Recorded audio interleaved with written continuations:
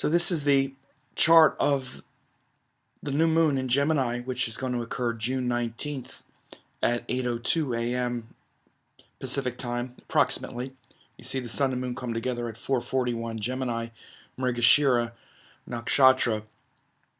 And so this initiates the Gemini cycle for 2012.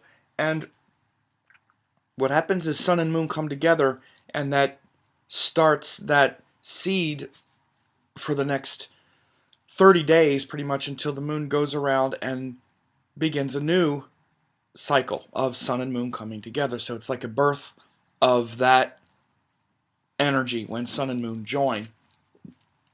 So this is going to be pretty much the cycle of Gemini, because they're coming together in Gemini. And the full moon in this cycle is actually Guru Purnima. So when the moon comes around and is full over here, it'll be Guru Purnima, which is the full moon. So this is a very important and rich section of the zodiac. It's actually where the sun and moon are on the plane of the galaxy. And this is what the Gemini-Sagittarius axis is about. I'm teaching a web class on this that you want to sign up for, because I'm going to discuss the significance of this cycle. When the sun is in Sagittarius, this is when we have the winter solstice, and this is the time of the summer solstice now coming up with the sun in Gemini, in Sidereal Gemini. So this will be an especially interesting time with this full moon, with this new moon in Gemini. We have Mercury joined the sun and moon in Gemini, so of course this makes a time of high intelligence and time of using our mind and discrimination after the Taurus cycle that just passed. The Taurus cycle is about contentment, peace, holding and gathering resources or not, and material structure and prosperity and things of that nature. It's really about values and what we value. Based on our values and what we value, we have interests, and we explore those interests, and we try to understand things intellectually.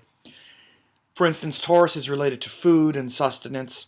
Without food and sustenance, we don't have intelligence. We don't have higher faculties of wanting to explore higher principles. In fact, if we don't have enough food, which is Taurus, we're going to use our intelligence and our skill, which is Gemini, to go out and try to get food. That's what we mainly, use our skills for. There's a survival nature for each one of these.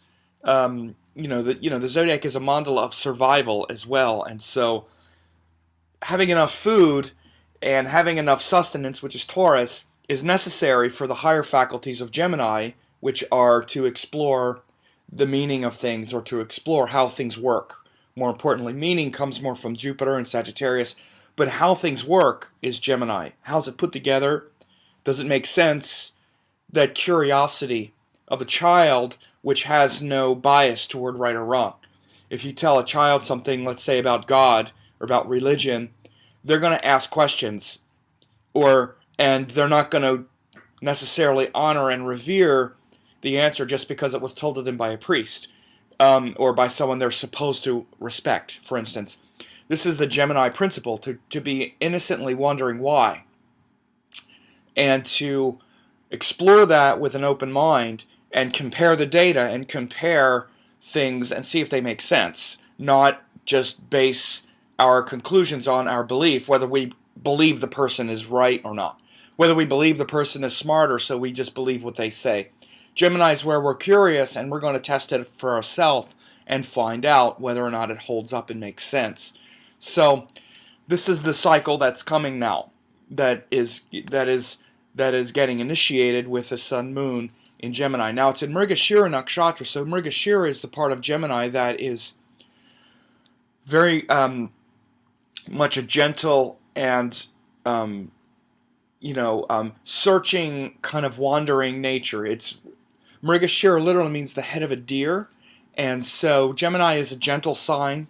It's a soft sign. It's actually Rajasic, so it's stimulated and excited, but it's peace. It's very peaceful. It's not like Aries or something that's about creating upheaval or starting upheaval. Gemini is in general pretty peaceful because the nature of Mercury is a Soumya Graha, a gentle planet, and Mrigashira is that part of Gemini that's kind of skittish, like a deer, wants to be, wants to accommodate, but is also very curious and is searching for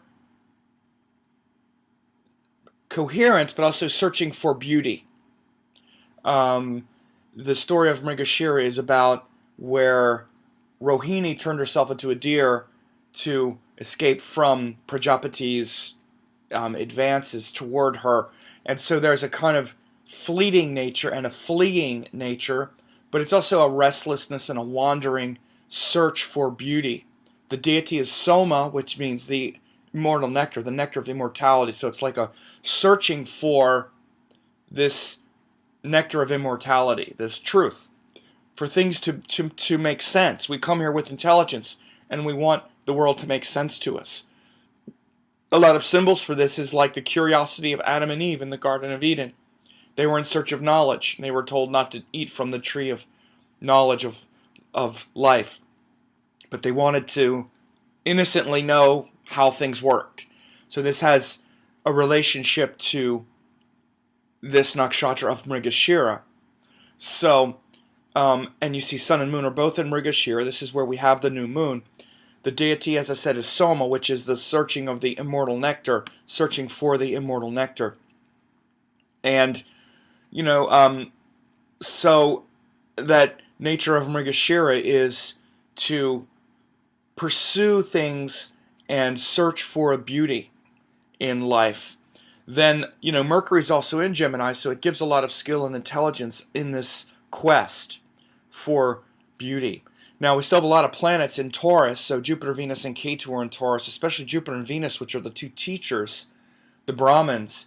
The two teachers are there, which means we're still learning these lessons about Taurus, things which are about resources, value, money, what's true value, what's authentic value, what things are truly worth, and where our deepest values lie, and our deepest and most important resources. So we're still learning those things with Jupiter, Venus in Taurus. Venus is retrograde, so Venus, we're still reflecting on those things right now because Venus is retrograde. And again, this will be really, you look at the beginning of that cycle as taking us through, the cycle itself.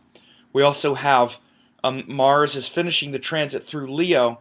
So Mars has been in Leo since November of last year, which is a long time.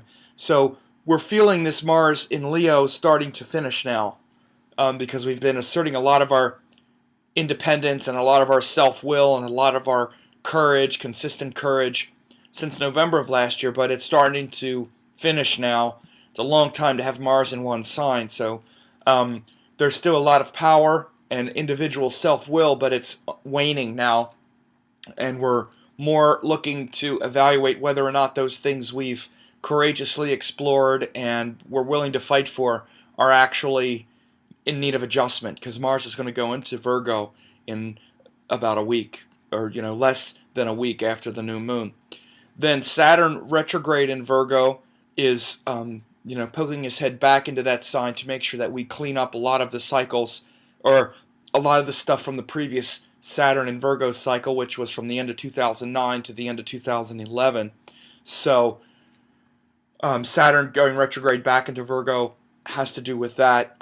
So in general, this cycle of Gemini is about curiosity, creativity, and acting with intelligence to really look at our life and assess our situations and not just hang on to things because they were comfortable or comforting or gave us a sense of short-term pleasure or things like that. All those planets in Taurus, we may have been hanging on to things that we could have let go of, especially with Mars having been in Leo for 8 months. Leo is a fixed sign, which is about holding on to things. A lot of fixed energy with the nodes in Scorpio and Taurus anyway. So a time to consider more variety now with this cycle of Mercury ruled Gemini, Sun and Moon in Gemini. So now I'll do the forecast for the upcoming cycle as well for all 12 signs. If you're not one of my